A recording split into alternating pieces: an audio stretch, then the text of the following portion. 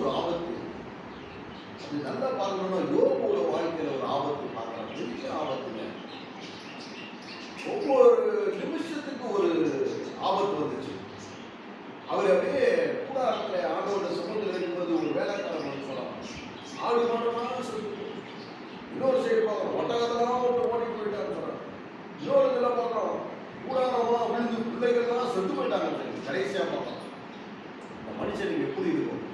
கேட்டதெல்லாம் துர்ச்செய்தி. ஐயா ஒரு நீதிமான் பூமியில பார்க்கலாம். அந்த யோபுன்ற மனுஷன் எப்படிப்பட்ட ஒரு நீதிமானா இருந்தாலும் தேவனே அவரை பார்த்து உத்தமனும் சன்மார்க்கனும் சொல்றார், சர்டிஃபை பண்றாரு.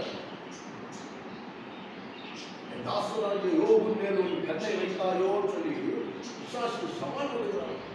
நீங்களும் நானும் அந்த சவால் விடுகிற அளவுக்கு நம்மகிட்ட பரிசுத்தம் இருக்கிறதா? அந்த